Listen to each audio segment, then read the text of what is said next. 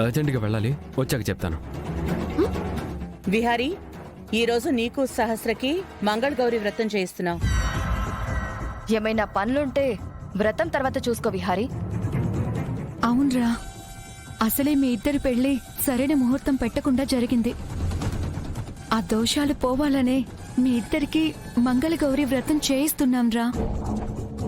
వ్రతానికి ఇంకా టైం ఉంది కదా వదినా, ఈలోపు విహారీ బయట పని చూసుకుని వస్తాళ్లే. అవునత్తయ్య, అంతే, నేను వెంటనే వచ్చేస్తాను.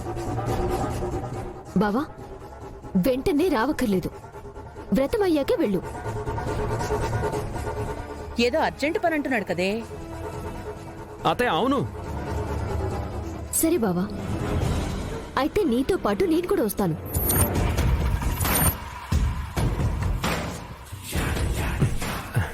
నువ్వు నాతో వస్తావా? ఏం బావా, రాకూడదా?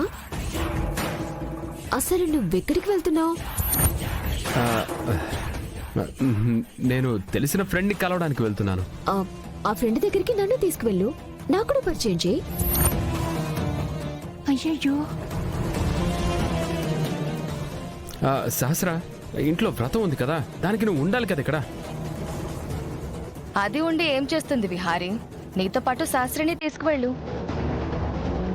పద బావా, వెళ్దాం పద.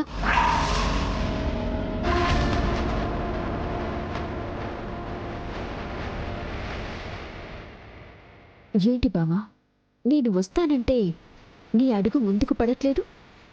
ఇప్పుడెక్కడికి తీసుకుని వెళ్తావు? అసలు ఇక్కడి నుంచి నువ్వెలా వెళ్తావో నేను చూస్తాను. ఏంటి బావా ఆలోచిస్తున్నావు? పద. సహస్రాన వాగు, నేనెందుకు ఆగనిపిన్ని?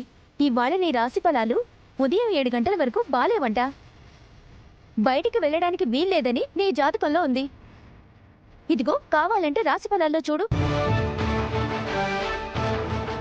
చూడు. అలాంటివి నేనేం పట్టించుకొని పిన్ని. అమ్మా, ఈ ఒక్క రోజుకి అన్నీ పాటించమ్మా. 10 నిమిషాలే కదా, ఆగి వెళ్ళు.